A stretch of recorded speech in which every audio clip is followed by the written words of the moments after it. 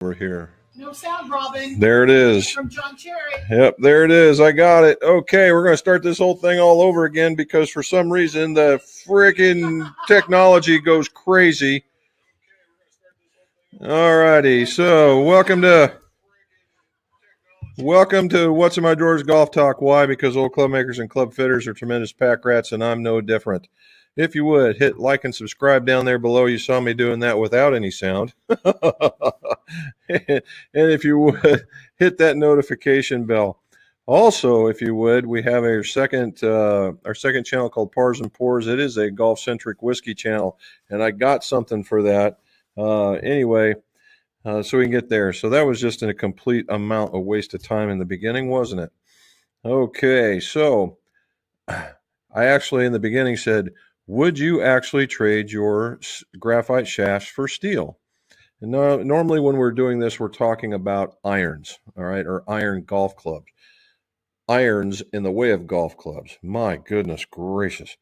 Anyway, so the reason being is I had a job this time around, and it was from Jay, a repeat customer for us, and we had talked about changing shafts in order to get maybe a little bit lighter, a little more into the air, and the topic turned to a particular steel shaft, and it was this one right here.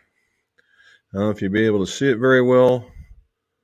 Let's see if we can get it right here. We'll bring it back. There we go. Maybe if you do like that. There it is.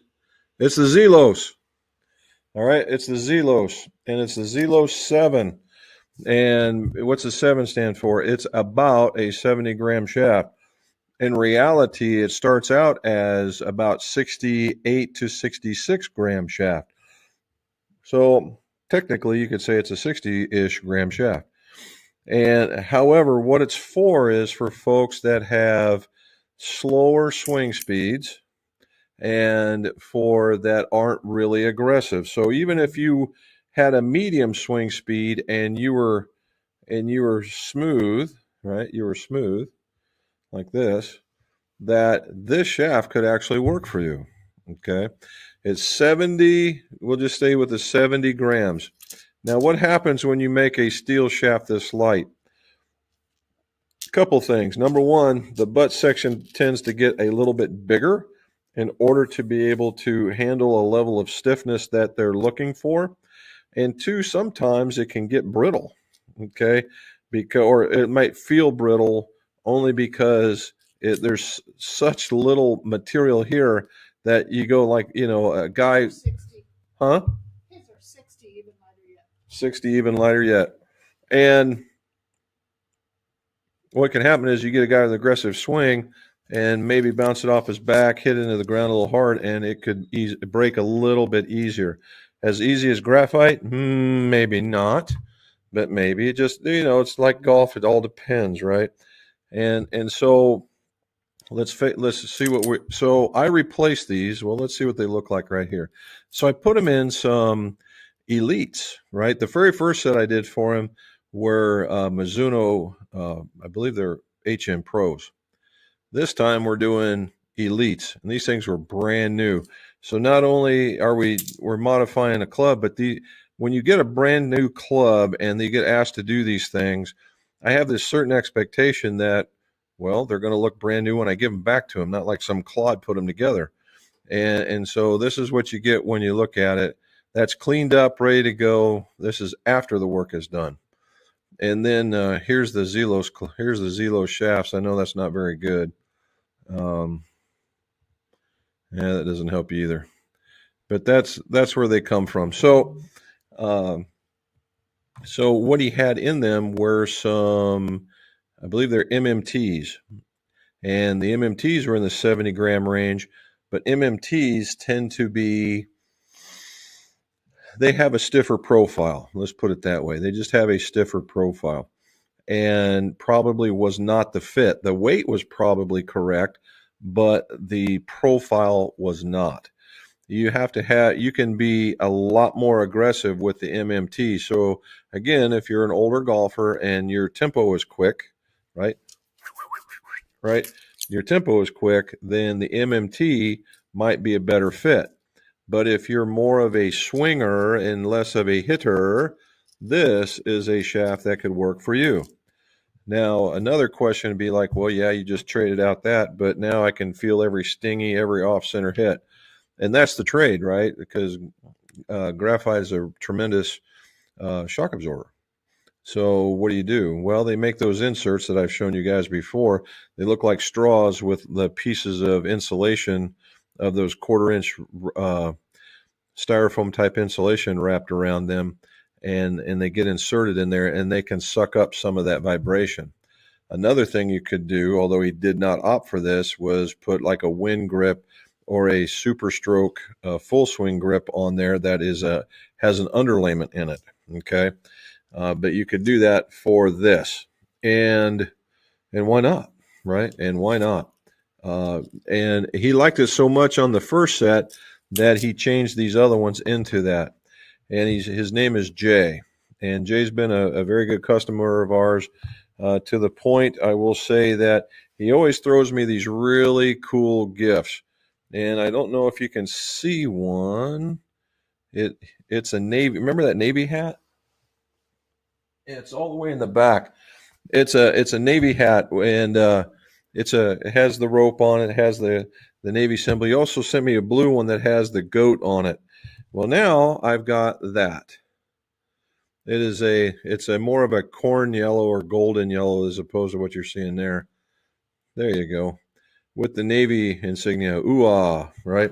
And it is a hybrid head cover, and it does have a place on my bag right there in the middle. It'll look about like that. Okay, over there. So thank you, Jay. Thank you very much. He also sent a box of steaks. So, I mean, this guy's not all bad at all. But again, thank you, Jay. We appreciate it. It was not required, but we do appreciate it. So that's what that was. So he switched. So why would you switch? Well, in a case that you might have the right weight, but the profile is bad, right? Now, and I don't mean bad as in it's a bad made shaft. It's just bad for you. All right. So if you're an aggressive guy and you have this very whippy shaft, much like this Zelos is, you're probably not going to like it, but you very well might like that MMT, and vice versa is the concern. The second concern would be vibration, right?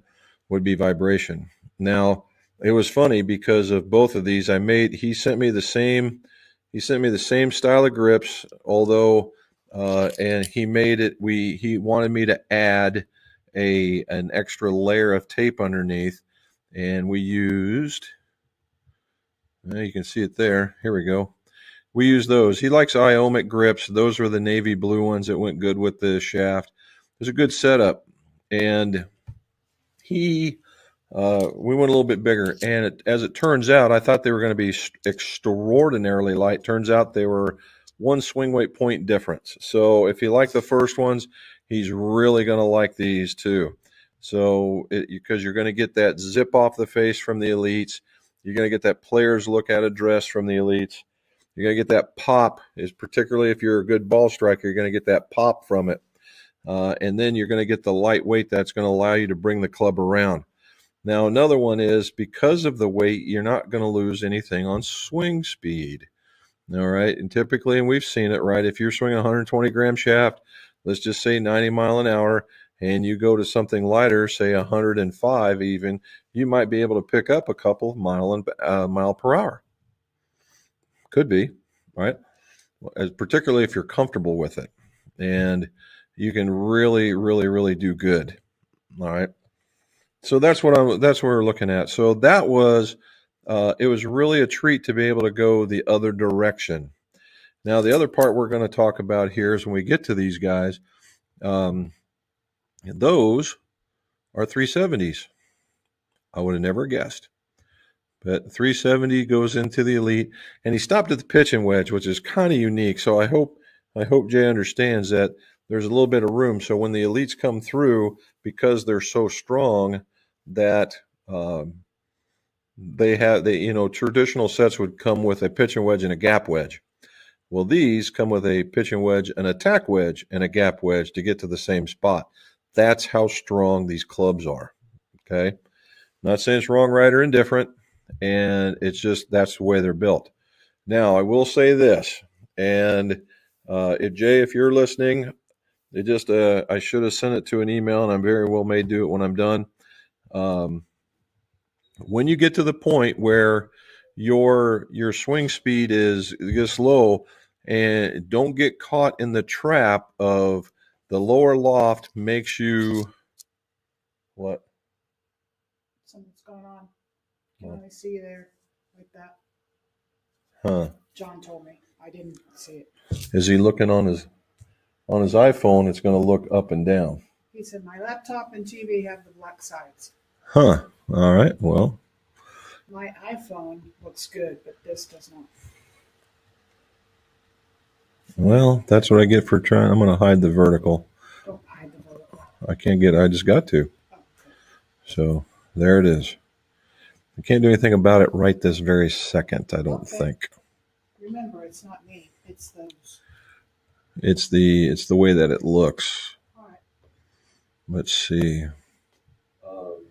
Nope. When you get to the point, so they have a. So what they do is they added a feature. If you guys got black, don't get caught in the trap of the lower loft. It's showing that. Well, that is. Are you watching off of YouTube?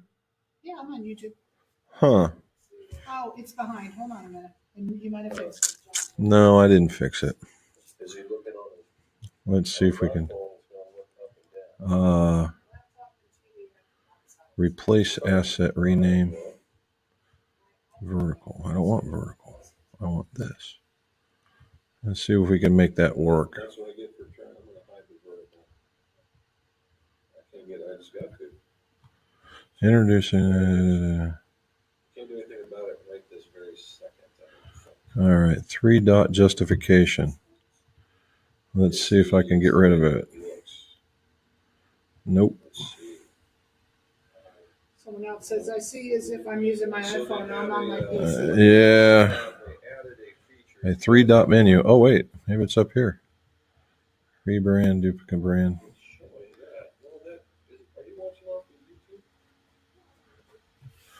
Okay, let's. This is what John gets on his TV. I know what he's getting. Okay. But I can't stop it right from here. There's no place for me to go in order to. I'd have to go back. I don't want to show the vertical. Okay. I want it gone. Let's see. Oh, wait, right there. What is that? Name and headline. Look at that. I can find every damn option I want here except for the one that I want. In typical fashion. They give you something good to use and it doesn't work worth a crap. All right. So what I did was I used, it's called dual mode. And it says upload assets as usual, open the 3-dot menu to replace or adjust specific orientations, hide, show, find each variant if you're perfectly. How to use it. Let's see if I can get through this thing while you guys are watching me do this. Add files. I don't need that. However, okay. There we go. Okay, well, maybe I do know how to do it. Let's go like this. Yeah, got it. So is this,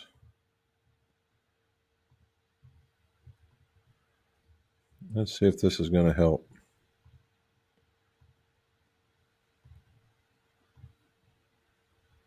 A couple more here. Bear with me. All right, I got that. I got that. Hopefully, I go into settings. General. Nope. Camera. Got that going. Audio's going. Visual effects. I don't have any. Layouts. Don't have any of that. All right. All right. I got all that. Let's see if I can do this. Nope. Don't have that either. I want to show the vertical. Well, fellas, I've gotten about as far as I can possibly get while I'm looking at all of this. Let's see. So it's going to look like you're looking on a thing. I will make sure that does never happens again. This is about as gross as it can possibly get, in my opinion. And no, I don't need to do that either. All right. Hopefully this helps. I tried doing that, but that shouldn't do anything different. And nope. All right, we're going to keep going.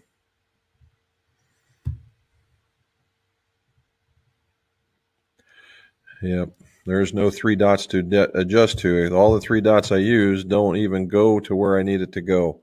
So a lot of help. Thank you, StreamYard. Anyway, let's get back to it now that I'm totally off topic. So anyway, that's it for getting through going from steel to graphite. I've ate that one up enough. Another one. We did a fitting for a gentleman that is newly back to Ohio. And this was a fun one in that he was my age and just recently retired, and he was a golfer from way back, gave it up for family issues, and now he's getting back into it because his grandson likes to do it. Perfect. And using whatever his son was done using or whatever that matter. And he was a taller fellow with shorter arms. And we ended up going a half of an inch over. But I think what was happening is that he was leaning over so much that it was hard to make a turn. And he said, I keep pushing everything. Well, so into the lesson mode we went. I got him to take his chin out of his chest, and then I got him to stand up a little straighter. The minute he did that, he started smoking the ball. Now, because of all these other issues that he was doing with, he gotten on several bad habits. He put the ball way back in his stance the entire time. And I said, okay, so we got the chin out, we got the chest up, and then we moved the ball forward, and now the ball is going nothing but left. And that's because he was so busy making it. He had the over the top, but it was an over the top with a shut club, and everything was going to his left. Well, I said, but he was striking it a factor of tenfold better. All right, we went from 130, 140 to 150, 160. Okay, it just on contact alone. And then he started speeding up after he got very confident with it. So that was a great thing. Okay, and we put him in a set of. It was funny. It was like the best fitting for letting people know the differences. And what he ended up getting into was the Strixon ZXI driver and hybrids. He absolutely destroyed those things. And he hit the Elite driver about the same, but he liked the feel and the look of the other one. So that's where he went with it. We ended up with some Elite irons, but I put in a medium shaft for him, a dynamic gold mid. 90, we're going to make it a half an inch long, a couple degrees up, and he's hitting the crud out of it. And then we went with a jumbo grip for him, so the club is going to be made a little bit lighter. So it was all things are really good. The one thing that we improved on tremendously, there we go. Maybe that'll help. The thing that we did that was tremendous, that we improved on tremendously, was his putting. He had a 33, 34-inch putter, and when I set him up to it, I have my putter jig goes up and down and side to side, and when he stood up to putt, it was a 37-inch putter. Man, oh man, the difference was amazing. And the way that he was putting, he had like a pop stroke. And so once we got through that, we showed him what could work and what wouldn't and things like that, and really just made his putting game come alive. That was really cool. Okay, so we got that one. Going back. Here we go. We did that one. I got to do my ambiguous "what'd you cook for dinner" thing. Prime rib. Did a prime rib, small prime rib, but prime rib nevertheless. Turned out to use a different coating. I found that Kinder's makes a prime rib coating, and all I did was a little bit of olive oil and some of this on the outside. Voila, tastes really good. And then the last thing on the outside is that Robin and I went to the first Capital bourbon tasting, and yes, it was bourbon tasting, and the first Capital is considered Chillicothe here. And what we did was, it was a tasting. Basically, all the proceeds went to the local. It was outdoor drama called Tecumseh, and it's a play or an outdoor drama about the Indian Tecumseh and the leader that he was. And this was just part of it. It was just before things got started. The place was packed, absolutely packed, and had some pretty decent things to choose from. A very nice setting. All right, last thing before I start answering questions. All right, I told you this is I'm going to do this. Is going to be a topic of pars and pours, but it's going to work.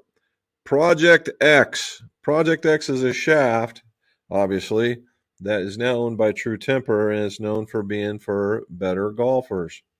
This is Penelope's Project X, and it has been stored, stashed, refinished, and has been refinished in sherry casks.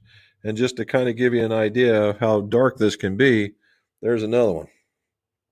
Okay, so that's where it's going. So they're both very well done shafts and well done pours. So that's kind of cool. I'm going to allude to that more on the other channel. I thought that was kind of fun to run into something like that. All right, now that we've destroyed this whole entire vibe, let's go answer some questions. All righty. Krister's here, and he's saying first day below 25. All right. So it's now cold. It's cold in Sweden. It got down to 20 degrees last night for us, and that was cold enough. It's going to be in the 50s the rest of the week, though. So that means Krister is certainly in his indoor league mode now. Emmanuel, what do you say, sir? Hopefully you're feeling well. We want to hear good reports. Is there a difference in feel between mid-size and standard with enough wraps to make it mid-size? Seems like a waste of tape. Just get mid-size. Well, turns out while I was doing I didn't put it in my video, that is coming out tomorrow. I do have one that's coming out tomorrow. That I talk about mid-size and I talk about them. So if we assume it takes about 3 added rolls of tape to get to a mid-size, that comes out to about 6 to 7 grams in tape, at least for me. All right, and that's just the build-up tape. That's not the double-sided tape because you're going to use that either way. And typically between a mid-size and a standard grip is it can be anywhere from that 6 to 10, depending on what you're getting, right? So there's a real possibility that you could make it lighter. They can make it lighter, making the swing weight heavier. That might be a heck of a trick to use if you're really, really struggling for a swing weight. But you got to be very, very careful because they're going to be close, and the amount of grams that you're going to save may be imperceivable because you're only going to be talking about one swing weight. Okay, one swing weight, and so that's a problem. So, but as far as a size difference in feel, yeah, I think there's a difference in the feel. I can tell one's bigger than the other. Again, what we're looking at here is, or what we're feeling is, so when I go to grab this and I say, hey, this thing feels, I'm going to look at it too because this one actually feels a little bit bigger. Let me get this open. And it is. It is a midsize. It's a midsize. When I grabbed this, I said, man, this feels just a little bit big, particularly for a Tour Velvet. Where this guy, and this guy's a midsize too, so I can't really just show it to you. But yeah, for this, is there a difference? I would say yes, there's a difference in the feel. If you put them together, you would certainly notice it. Would a lot of people understand or notice it if you just gave them one and sent them on their way? Maybe not.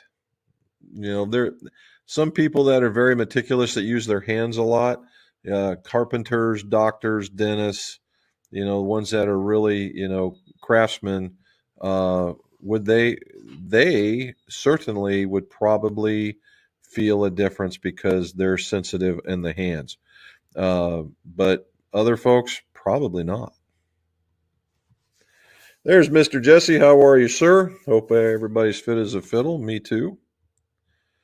The answer is no. For some reason, I have more faith in graphite. Now, I don't want to. I don't want this to come off that hey, you need to go. You need to leave graphite for steel. That's not the case whatsoever.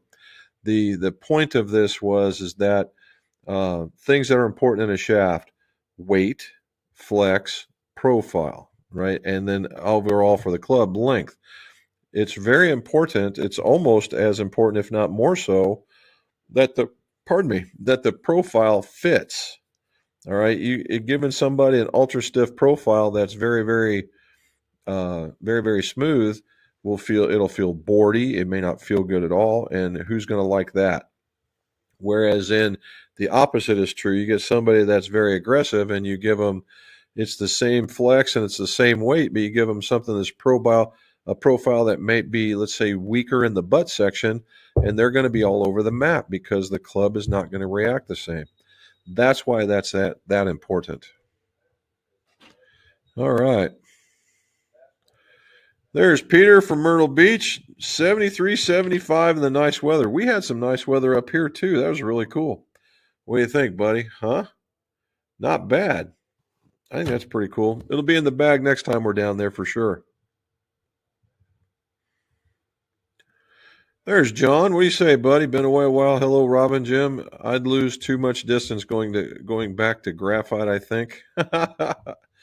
Again, it's I didn't want to throw any shade on either one because they both have their advantages and they both have their disadvantages. It just depends on what you like. Okay. Now, for those of you that believe that graphite's too flexible, I can name at least two shafts right now that you could put in your club and it will stay with you to the point almost unplayable. One of them would be the KBS TGI and put it in the 100, I think it's 115. Oh, 110. It's a 110. And Acra's TZ line. You get up in that 115 range with them, that thing is so brutishly stiff, you had better come around like Bryson DeChambeau. And that would be the other one, would be the LA golf shafts. Those things are just absolutely nutty too. So they're on there. Yep, hopefully we got her figured out now. Greetings, everyone, says John Cherry from Myrtle Beach. Yep, hopefully we got her fixed. Okay. Yep. No Audi. I wish I had one. Those are nice club. Alrighty. Oop, we got it. We got it. Got it. Got it. There we go. Ooh, I like that one. Jack Rainfield got himself a guitar. Okay, here we go. TK PGA Pro. Hello, Jim. I'm looking to replace my wedge shafts. My irons are Project X 5.5s. What are your top wedge shaft recommendations? Thank you. Well, just so happens if you, for a guy that's playing PGA Pro like type stuff, and you were wanting to replace your shafts, Project X makes a wedge shaft that should fit that exactly. Hey, look at that. Find a Project X, right? There we go. Project X. Look at this. It's like a whole karma thing going on. They do make a wedge shaft. They make a 5.5, a 6.0, and a 6.5 shaft. And they're all in the same profile. They're just a little bit less in the weight. And because of that, they're a little bit less in the flex. And that's not a bad thing either. So if you wanted to stay in that same feel, same fly, the whole 9 yards, I would look at the Project X wedge shaft in that same flex. I would go there first. Okay. After that, going in the same area, you could do a couple of things. Another one that's a good steel wedge shaft that I tend to like is the Nippon Modus wedge shaft, and they got a 115 wedge shaft. That would tend to work out really good. And then my last pick of the three being a best one would be in staying in steel because there are some graphites out there. I would probably look at not Apollo, not Acra. DG makes one. I would try my best at a in the same arena. Yeah, the other one would be I would go with a KBS model. The KBS makes they have their version of the spinner, and they have the high rev, and then a high rev 6.610. The 610 just means of the butt size, so I'd go with a high rev after that. That's where I'd go. Penny golf. Any golf ball recommendations for a senior lady golf with a very slow swing speed? Yeah, there's a few out there. One of the first ones I would look at for you would be the Wilson Duo. The Wilson Duo is a very soft ball because the whole idea here now is a little bit of compression, a lot of spring, right? And that's what we're looking for. So Wilson Duo would be one of my first. The number one ball in that category, if I understand correctly, is actually the Callaway Super Soft. All right, that would be the second one. And the third one would be the Precept. They have the Laddie, but they also have the Lady. The Lady ball, and that one would probably work very, very well. And if you were looking for what's one more soft one? Oh, Strixon Soft Feel. One of those four should work. Now, if you're looking for colors, Volvic makes it, but they don't make a soft ball that I'm aware of. Callaway has colors, and Wilson used to have colors. I don't know if they do anymore. He didn't believe me. Thanks, John. I did believe her. She's helping me keep me straight. She does that. That's her job, to keep me straight, because I would go off on a tangent. Okay. All righty. Here's Otis. Hello. Thoughts on safely reshafting a ping copper putter? Oh, due to toxicity of the head when heated. Thanks.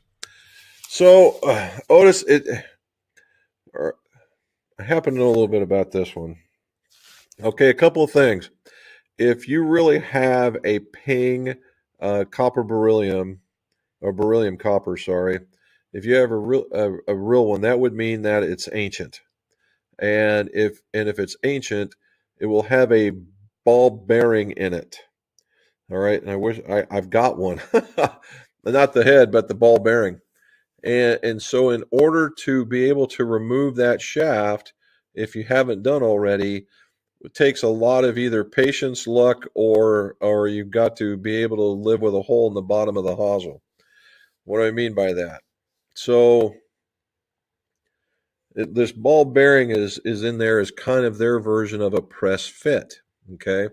And what you end up having to do is drilling a small enough hole in the bottom of the hosel because it's probably a plumber's neck, right? And big enough so you can insert a punch. All right. And you're going to heat it up and you're going to have to hold this putter. And I've got a rig that I use. Hold this putter upside down and take this punch and drive the ball bearing out of the hosel, which is about yay tall. And once you get it out of there, it comes apart easy peasy. Now, when you're asking about the toxicity of the head, that's called berylliosis, kind of right on the same lines of asbestosis. And the idea here is that it's a problem when you start grinding on it. Okay, you start putting particulate in the air, and that can get very, very problematic. That's the reason why I started doing that. I did it for years, shining them up because everybody like, oh wow, these are really nice and shiny, and it would patina all over again. So if you're going to do that, you've got one of two options. And I am not an IH guy, but I know enough about it to be dangerous. So if you really, really wanted to grind on it and you're going to throw stuff in the air, I would wear a respirator of some variety. If nothing else, a half mask. And the half mask is something that goes right here. All right, full face gets you over there. I don't know if you necessarily want to do that. And then you want something that's going to stop a lot of particulate. Okay. It may very well call it out. You have to check. You have to be very, very careful about the filtration that you put because you look right here, the old time drag racers. Uh, you have to be very, very, very careful about that. And I am not going to wear half masks. I wore half masks for gobs of years. In fact, 2 generations worth. I'm not doing it anymore. And to the point, I don't want to even deal with that. But heating it up and the amount of heat that you're going to need to pull it out is not enough to get on the toxicity, at least in my opinion.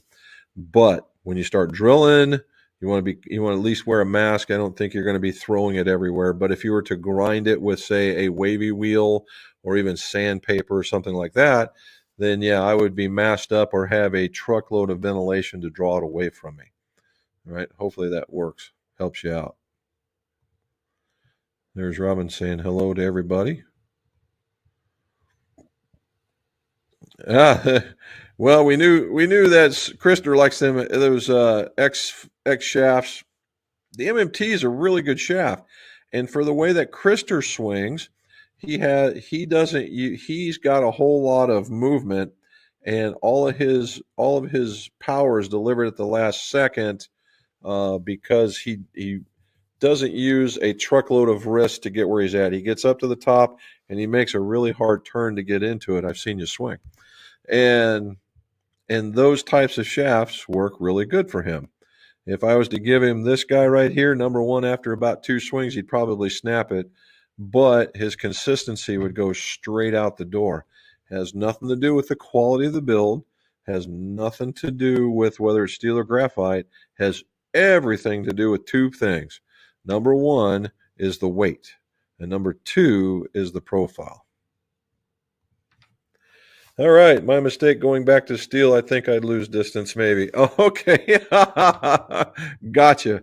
And if you get, again, appropriate weight, probably not a problem, but appropriate profile could be. Where's Charlie, Matt, and Kent? Yeah, I wonder where they're at today. There's Phil K. Hello, Jim, fellow golfers. Hope all is well. Going to start swinging this week like the little train. I think I can. Good for you, buddy. Hopefully the doctor has let loose for you so that you can get back into the game. Good for you. All right. What about a 5 hybrid graphite to steel? Question is, what kind of steel shaft would I use?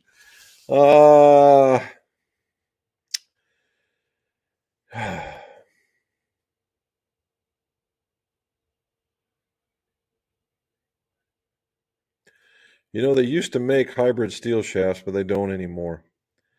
And what you really have to be careful of is 5 hybrid versus 5 iron, and making sure the head weights are somewhere close. All right, that are somewhere close. A 5 iron will weigh anywhere from 248 to 256 in grams. If indeed you weigh the head and it's much heavier than that, you're going to need one of two things. You're going to need a stiffer shaft of the same variety. I wouldn't, and this is me just talking off the top of my head. So, for instance, let's say this head weighs 275. Now, the design of a hybrid and the design of an iron are obviously different. And there's more weight at the bottom, there's more mass traveling around, and you're going to get that. So if you're an R person, I would literally go get an S of that same make of shaft and put it in there. Why?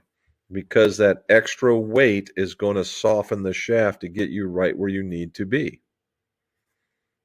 Okay, and because of all that extra mass that's just floating around going like that, you're going to need it to be a little bit more beefy in order for you to bring it around. That's what I would look at. I'm really trying to think of what would make a good hybrid shaft.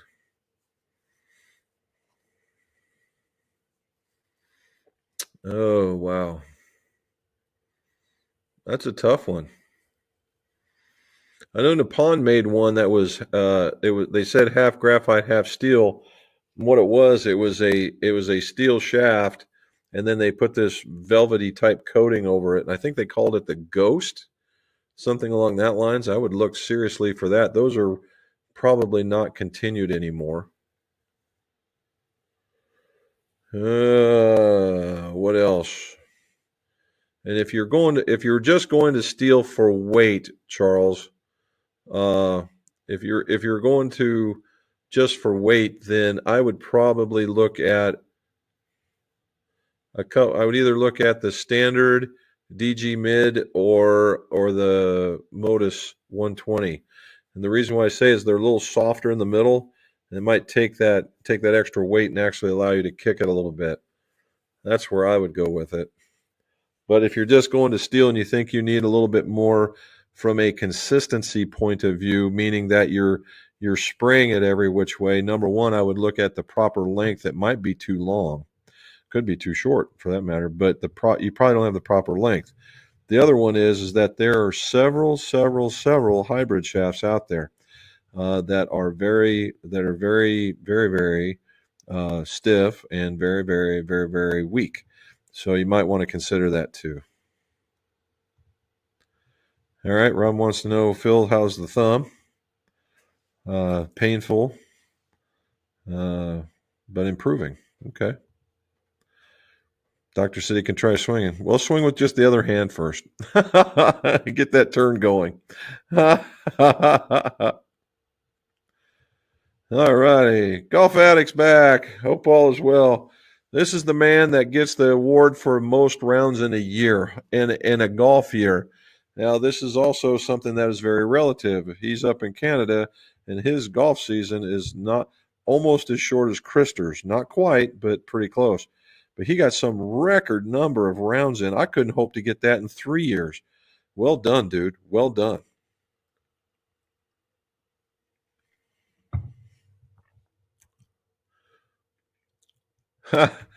Yeah, I'm staying away from it. I'm not nearly as bad as I was last week. That was horrible. I see you as if I'm running my iPhone on my PC. I know it's a so we'll address it. So StreamYard came out with this option with the idea that you could go in vertical or horizontal mode.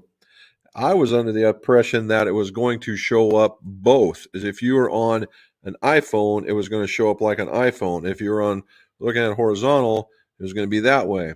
Well, apparently that's not true. And there are ways that you can go in and go out, but I can't I'm trying every button on here that you guys can't see it, but every button I am trying to find that there's a space that tells you, do you want to do dual mode? Well, not anymore. So going forward after today, that will never ever happen again. So the best I can tell you is turn your TV sideways. Yeah, no, don't do that. Okay. Make sure you click on the correct one. I had 2 on my page for this. I just clicked on the other one. Oh, there's another one. Steven's got one. YouTube has 2 versions. Make sure you click on the correct one. Hey, there we go. Maybe that's it. When I look at it, I see nothing but horizontal because I got rid of the vertical looking because it was just 2 of me doing the same thing. Robin McCleary, 3968. What is that?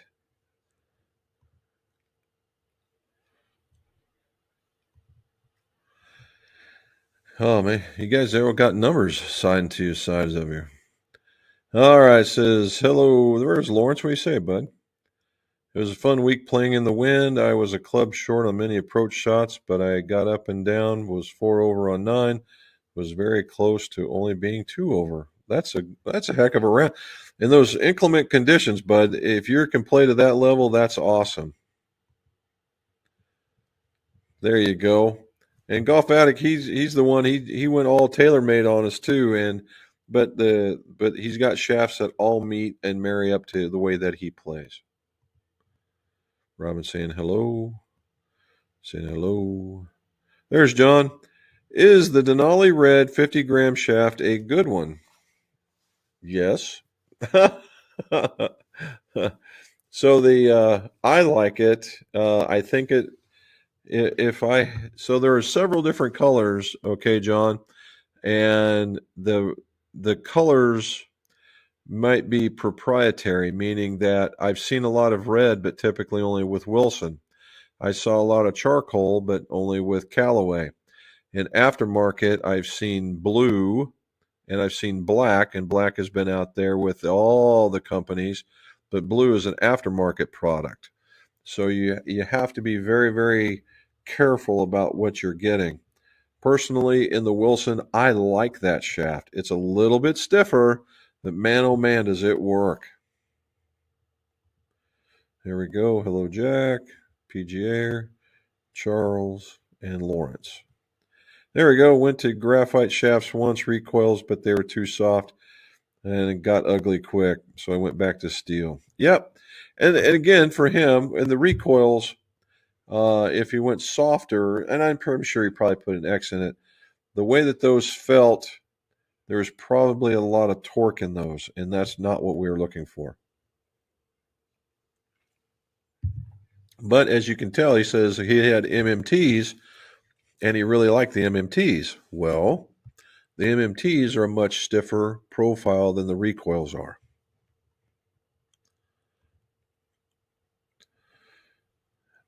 M. Jackson Jones, all my irons except for 2 are graphite, but 2, 4, and 5, and as soon as I can find them used, they will be graphite. There you go. You can also look at just reshafting them too in the same stuff. That's always a possibility. Now, I've played in my, right now I have steel in mine, but they're 90 gram. Okay. For the longest while, I played 90 gram graphite. And the 90 gram graphite, I played Acra for years. I also played the TGI because it was the only thing out. Both of those are extraordinarily stiff, okay, in their profile, stiff in their profile. Both of them are very butt stiff profiles. And but now they got the PGI in the 90, which is a much more friendlier version, and Acra has the I series, a much more friendlier version. Well, when you get in the 90 grams, they become CWTs, which is constant weight, and for me that would work just fine. But what I did is I went to these in the 90 gram and the steel, and again, because we're going away from the 120, so if you work at 120 and you start lowering weight in the steel shafts, you can try and make them as stiff as you want, but they tend to play a little softer. Now I know we got 105s from Nippon that play plenty stiff. Their profile is really good. The dynamic golds had a 105. Those are plenty stiff, but as a whole, they become less and less uh, stiff in the way that they look. Now, graphite's just the opposite. As you start leaving 70, 80 and you start going the other way, you have to add more meat to the shaft, and when you add more meat to the shaft, the torque stops getting big and starts getting smaller. It's very different. Let's see if it's going to get me. Nope. Oh, it did.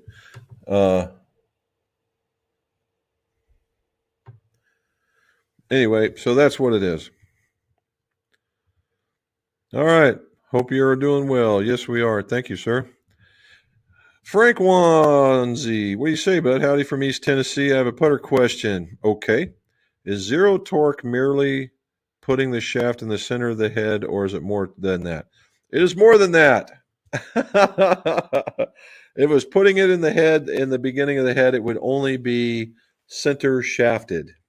Okay. Now that's the beginning of the process, to be sure. You can put a head in there and it'd be hard, but it would still want to, you could twist it. All right. It's very susceptible to the twist. And a lot of things where these things work best is if you have the right lie angle for these.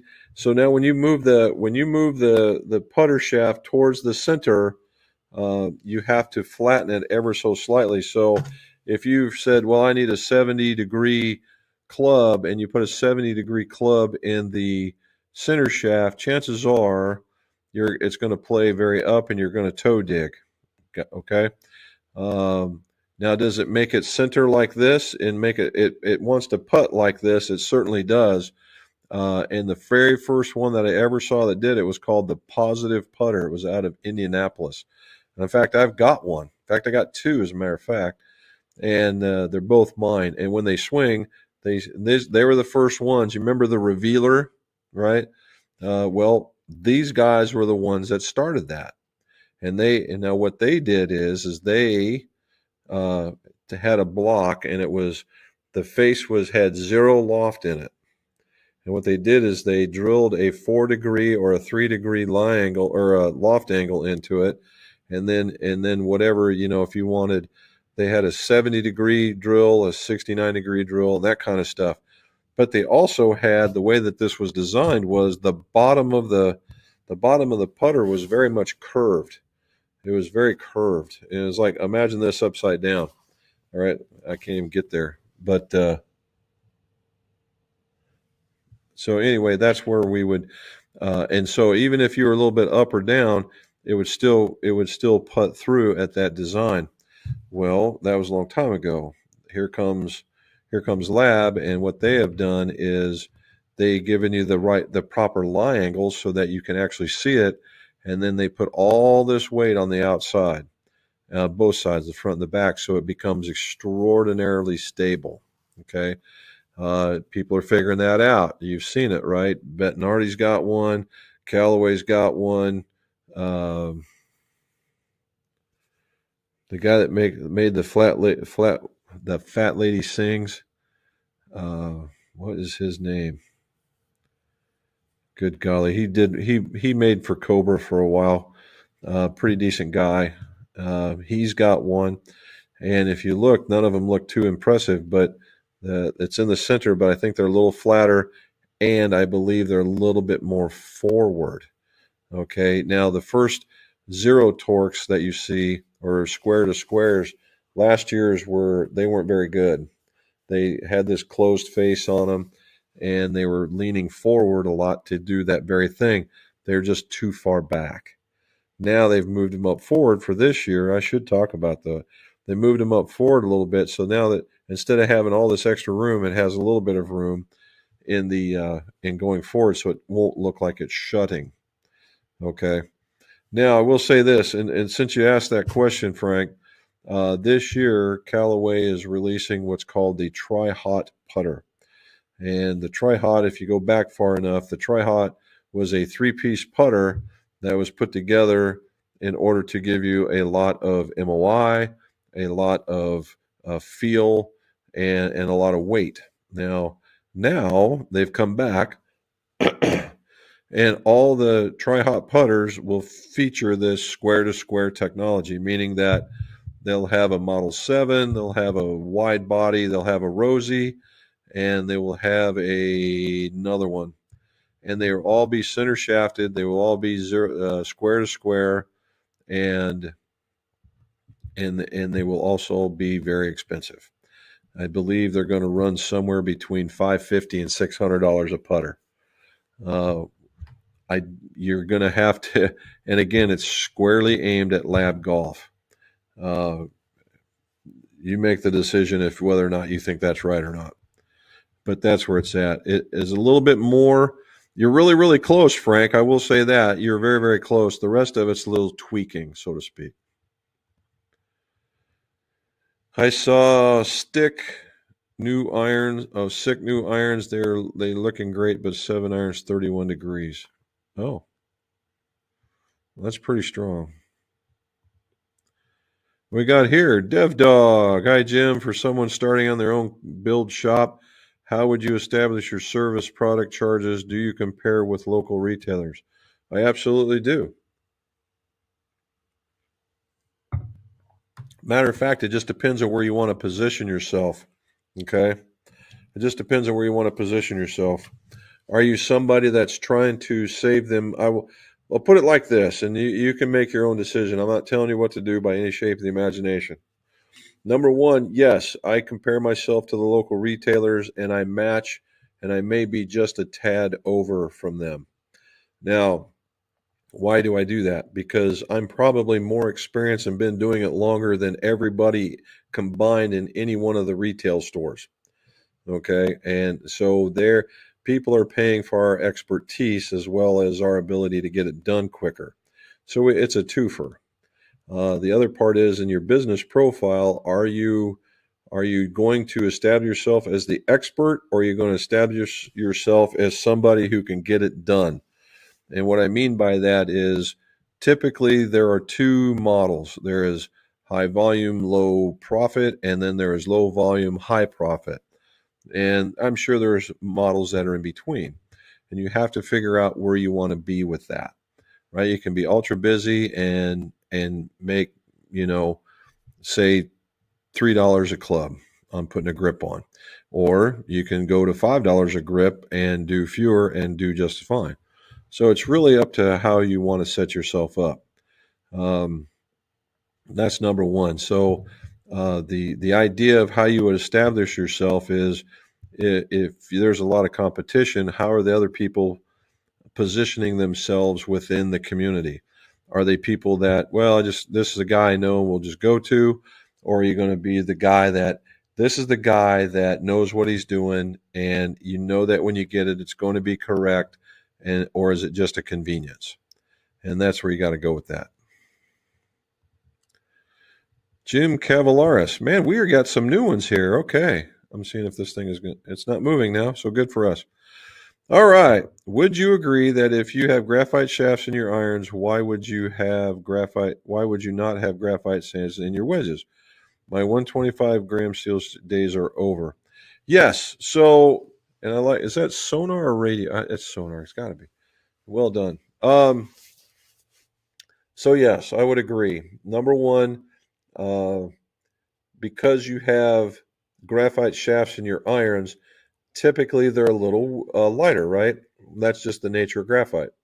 And in order to have a nice smooth transition, it'll still be heavier, just not sledgehammer heavy.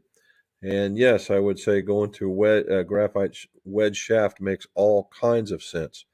There are some that are graphite out there that are 90 grams that are perfect, right? Absolutely perfect. There are some that are 80, 65? To me, that's a little light. But if you have a bunch of 65 grams and you like that feel and that flex, then okay.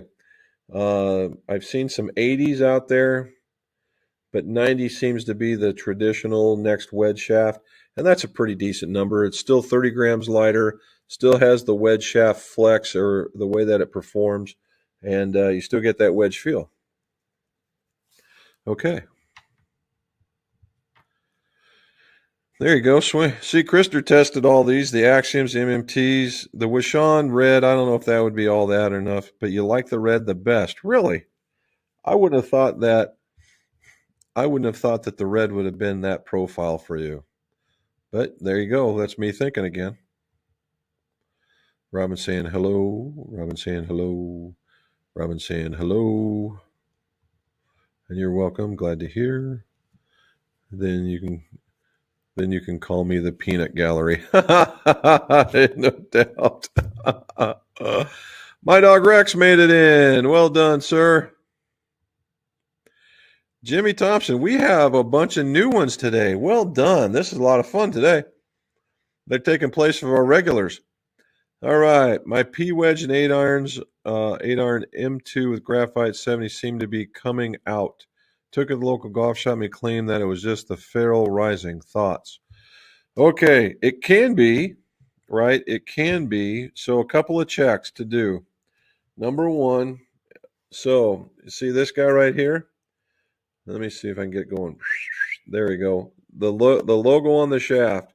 So if the logo on the shaft is in line with the head and it doesn't look like it's turned one way or to another, okay. The other one is to measure it and see if it is in line, if it's in line with the 7-iron, the 9-iron, in order to measure it against your 8 and your pitching wedge.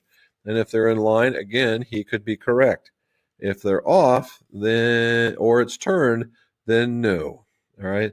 There have been plenty of times where they get in the back of cars, might get in a hot environment, that little plastic gets loose, and it slides up. It will slide up. Now, if it's a collared, and this is a M2, so it probably does have a collar.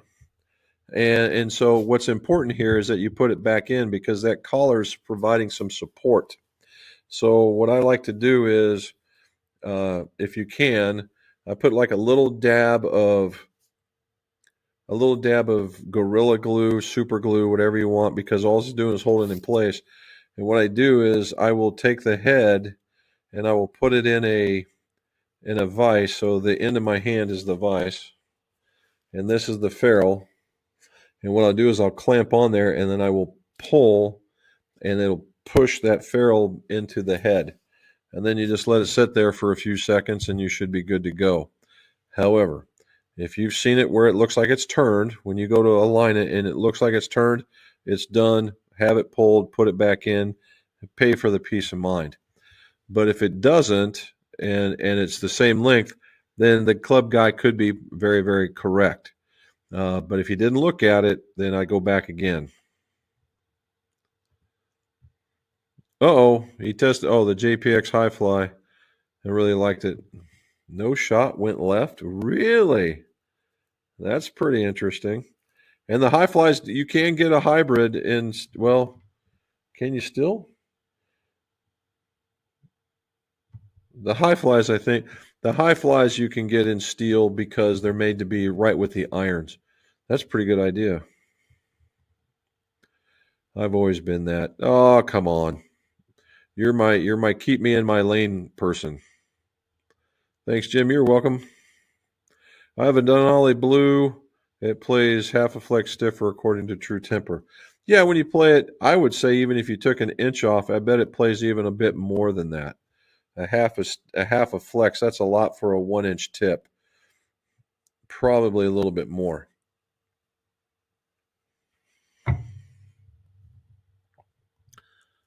John Lamb says he went back to steel Nippon. In the ping, the ascending weight technology, threw some foam dampers in there, lighter, softer grip, take care of the golfer's elbow. Found my dispersion way tighter with high flight. There you go. There's one reason to go that way.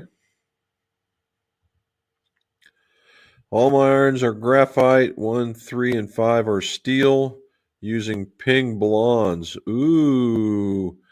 Have just have just found the weight of the shafts. I have more accuracy.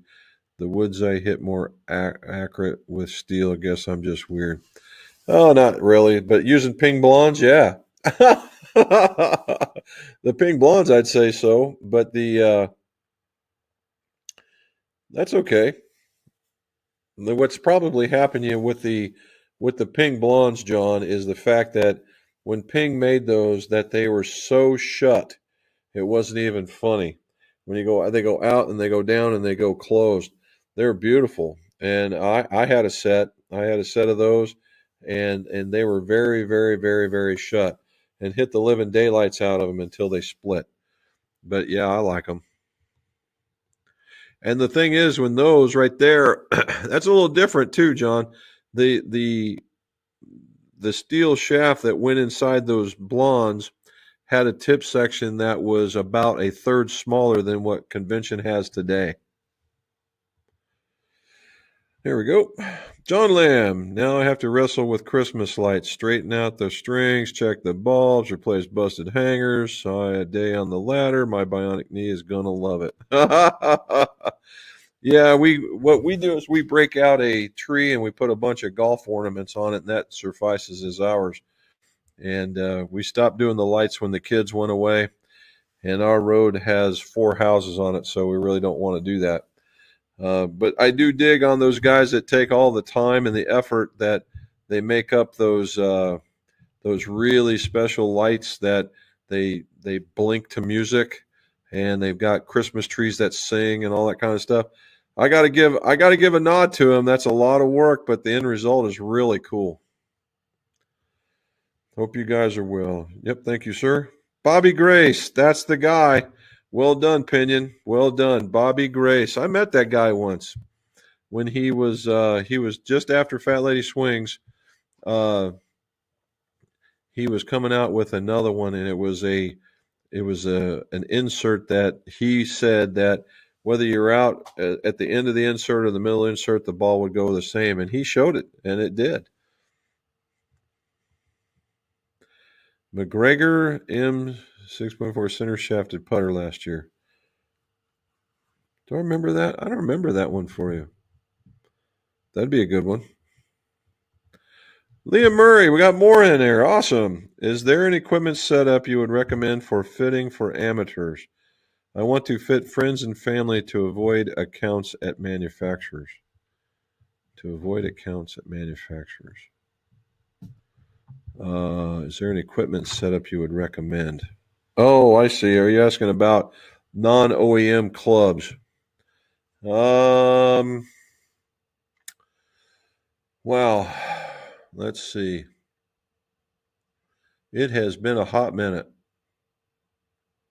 Very first people I would look for is Wishon. Okay. They're over in England, but they've got a thing going on. You just got to talk to them and see what it's all about. I would go with them first. Wishon makes a series of the options that they have and the things they can help you with, top notch. Okay. Wishon would be number one. Number two, if you were so inclined, if you live further away, would be Golfworks for the Maltby line. They have a TE line, they have a Maltby line, and they too are very much in that same category as with Wishon. The reason why I did not use them is they're so close to where I live, and they're like, well, they were putting clubs together for $10, and I was charging at least double that, if not more. And I would just to avoid the question, well, how come you charge $20 more than or $10 more than these guys are doing it for 10? And the differences were staggering, but I just avoided the whole thing. Now, the quality of their equipment is very, very good, and their support once you get in there is very, very good as well. Third, if you wanted to jump outside the box, there used to be a group called Alpha. Yes, Alpha. Pretty sure that's their name.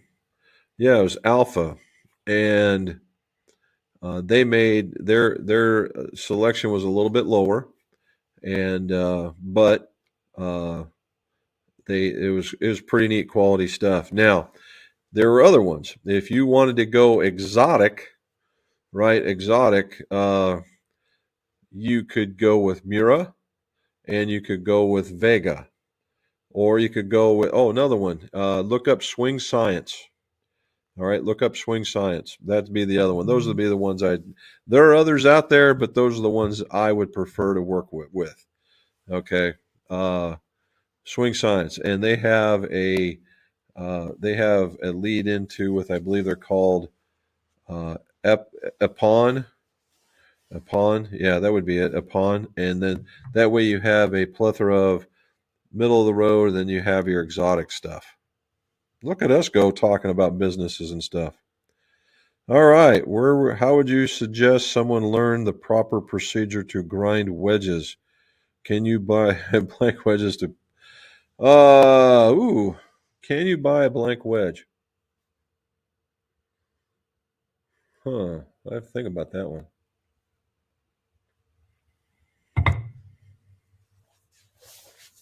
Can you buy a blank wedge? I believe that you can. You used to be able to buy blanks from a place called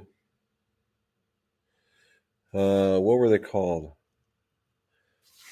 I don't think they're in business anymore, so I'd be telling you a lie.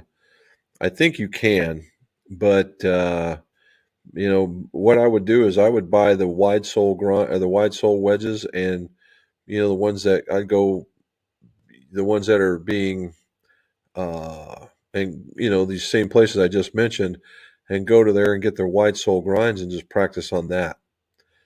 So what I did, how I learned to grind is I took a master's class, and a couple guys were really expert grinders, so I got to learn a little bit there. But what I ended up doing and learning how to grind and the little bits of techniques is I actually ended up going to Golf Works, and they had some Max Fly Australian blades in the rough. And I mean rough. They still had the flanging or the flaring on them from there. There was no uh, there was no coating on it. It was rough right out of the box. And so I learned to, and it was all the different kinds. I learned to grind off the extras. I learned to grind bounce. I learned to grind soles front and back. I learned to take off toes and heels because I bought an entire box of them and played with it until I got to where I thought I was proficient. And then I went back to all those and I learned how to polish. That's the second half. Once you got the grind, you got to learn how to polish. And do you want the satiny polish or do you want the shiny polish? And satiny is easy, but it's also rust quicker. So you got to be careful of that. But honestly, if you can find who had them, oh geez, it's been so long.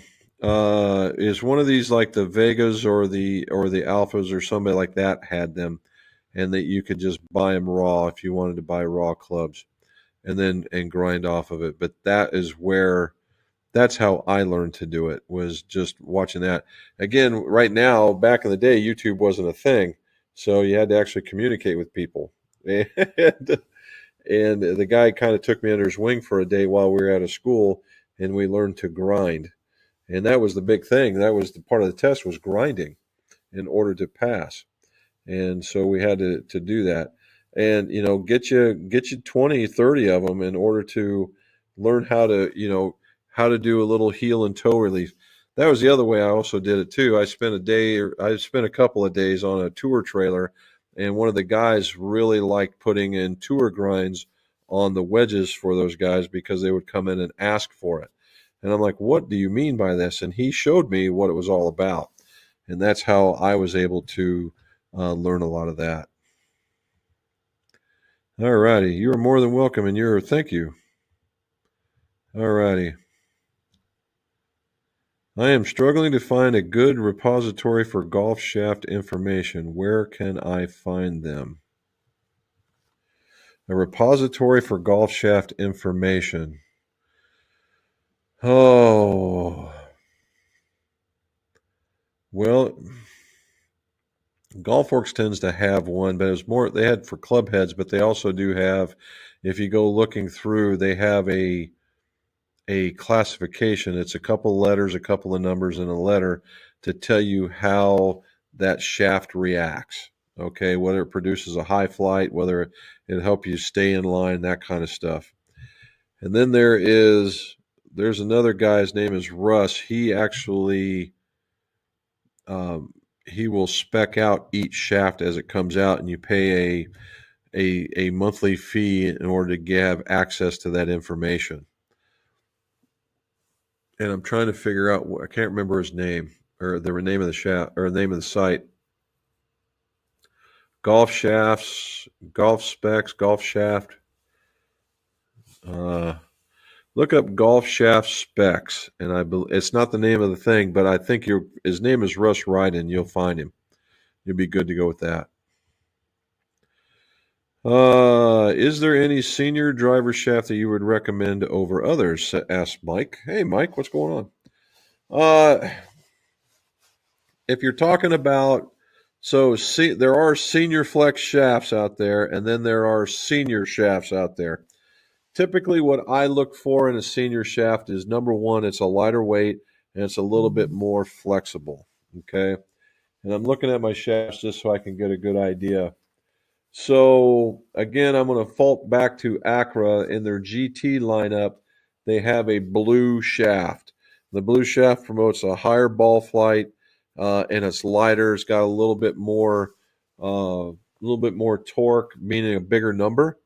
I like those. If you want to go a little bit exotic, one of my favorites is the Acra Shogun in blue.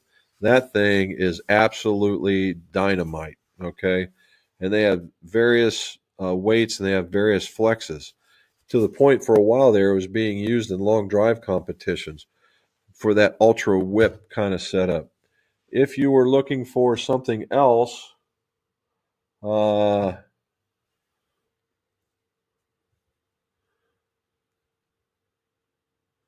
the Callaway I had good luck with is called the Vanquish. I'd have to go back and look at it, but if you wanted something with a little more control, if you could get yourself a 50 gram A flex and a Denali, that would be awesome.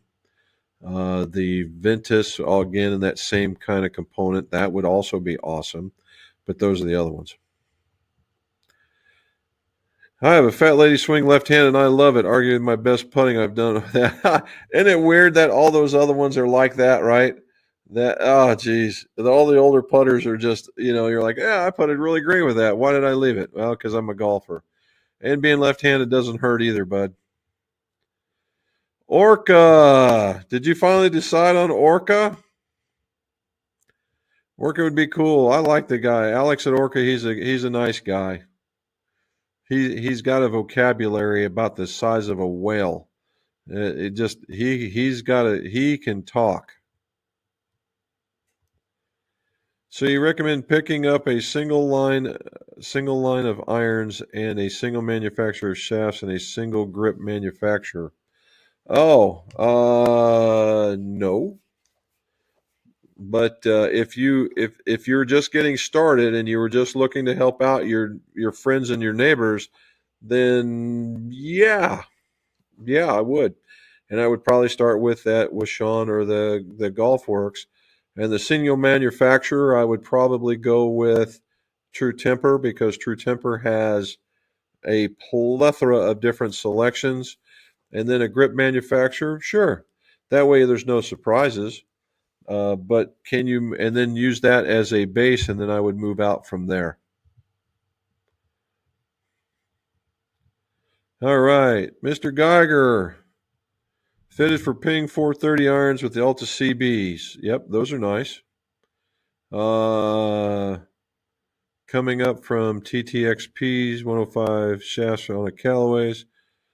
Big improvement, softer feel, more height distance, easier on wrists and hands. Okay, so the distance from the G430s to the Callaway Steelheads, it should not be a surprise. They're probably a full club, maybe a club and a half longer. However, and getting them higher in the air was probably always going to happen. However, I do like the Alta. The Alta CB seems to be a very, very, very popular shaft in either driver and or irons for ping. They're doing a really good job with that shaft. It apparently it checks a lot of boxes for a lot of people. And yeah, I like it. And softer, who doesn't want a softer feel and getting it through there, right? And easier on the wrists and hands. Absolutely, when you're talking about graphite. So one heck of a change there, bud. That's the way to go. All righty. No, I haven't decided yet on which irons to play next season, but Orca is on the list. I've tested the RX and the RS10 CBs. Okay. Yeah. I was just telling you I know I've told you this before. I've got one of the RSs for lefties. I got the very second set that was off the line. The first one went to the owner's dad. So effectively, I got the first one. That's at least what I'm claiming. And I happen to have recoils in them, the original ones. Those are great. All righty.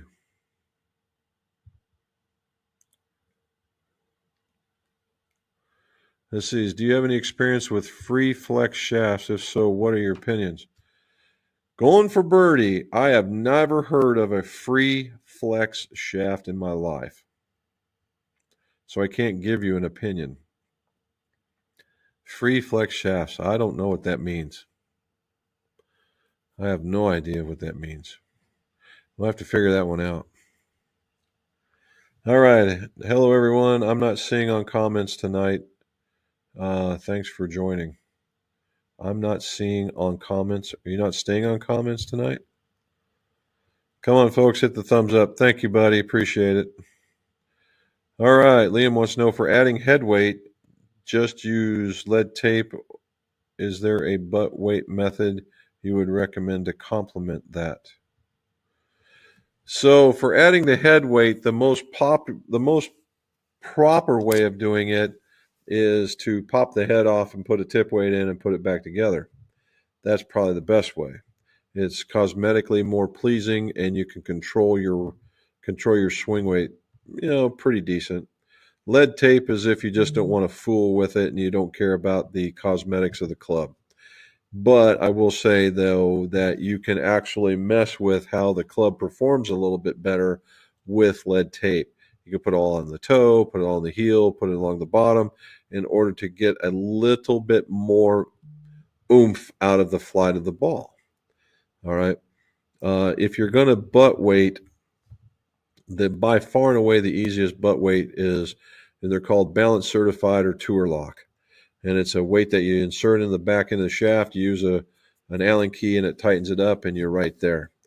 The second way they have, and I have never done it because I never liked it, is they make a plastic insert that goes in the butt of the shaft. And in that insert, there's a cavity that you fill with tungsten powder and glue and just keep weighting it until you like it. The final part is what I do recommend is, because it's something that you can fix later down the road, is the same thing as you did on the head. Put it under the grip, under your fingers, on this part of it, that part I'm showing you, and put it underneath there, and put strips of lead, that 1/4-inch lead tape, and put it right under that part of the grip.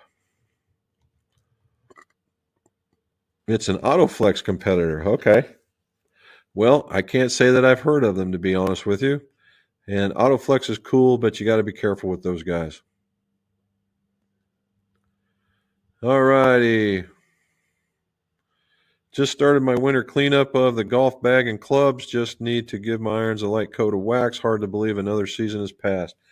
Way to go, Wayne. That's exactly what I tell people. Exactly what you need to do. You clean them up, put a light coat of wax on it, put them in the bag, and then, if nothing else, don't leave them in the garage. Just put them in your closet somewhere in the back until you need them.